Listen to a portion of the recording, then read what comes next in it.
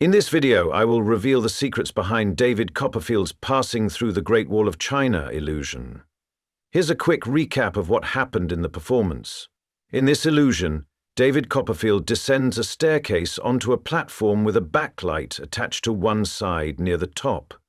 A curtain drops from all three sides, and the backlight creates a shadow, seemingly indicating that David Copperfield is still inside a closed compartment. He then removes his white towel and appears to melt straight into the Great Wall of China. The curtains are swiftly removed, and David Copperfield has apparently vanished. Near one side of the wall, there is a person holding a heartbeat sensor to monitor David Copperfield's vital signs.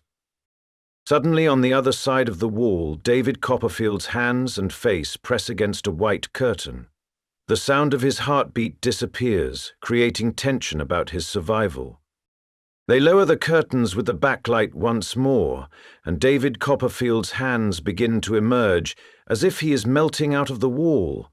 The curtain is removed, revealing that he is safe and sound, leaving everyone in awe of his incredible illusion.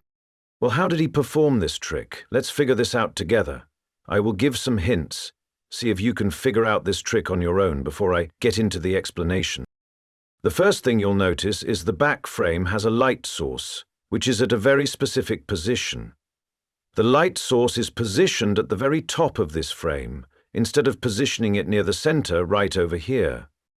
In a moment, you'll discover why positioning this light source near the top was very crucial to sell the illusion of David Copperfield walking right into the Great Wall of China.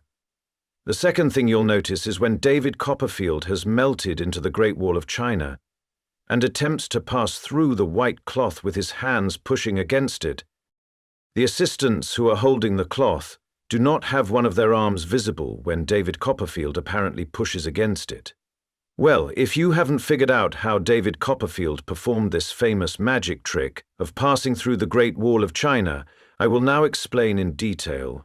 In order to perform this trick, David Copperfield had to use a hidden assistant, who was to remain hidden until the curtains were closed from all sides. This assistant had a body figure similar to David Copperfield and was wearing the exact same clothes.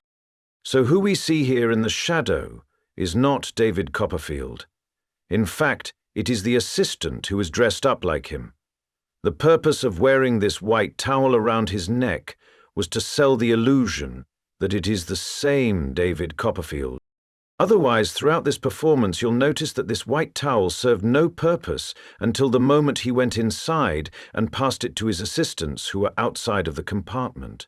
Now, you may be wondering, where was this assistant hiding, since we only see 3 people other than David Copperfield at this moment in time, and there is no person standing anywhere else? Well, if you observe the base of the platform, although it doesn't look that thick and suspicious, it is actually able to accommodate a full-sized human.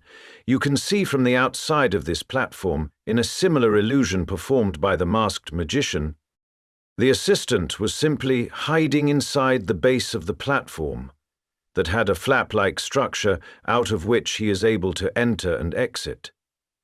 The very moment the curtains were lowered down and David Copperfield entered into the basement, he hid in a blind spot inside the compartment.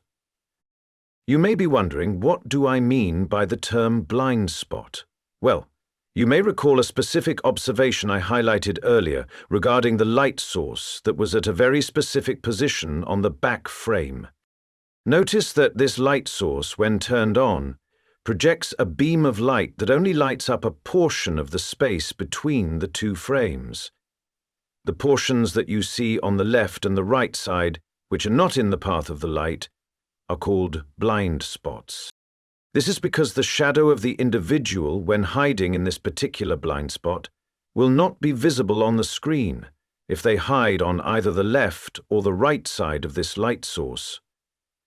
This explains why the light was positioned at the very top, so that there is room underneath and around the light. After David Copperfield had successfully switched with his clone-dressed assistant, He himself did not hide inside the base of the platform, instead crawled into the staircase. You can see that the staircase is practically large enough to accommodate his entire body, as demonstrated by the masked magician in his particular performance. Staircases being used as a hiding spot for magicians and assistants both can be found in a lot of stage illusions. So, whenever you see staircases in stage magic, you can already consider it as a hint and an important prop to execute their illusion.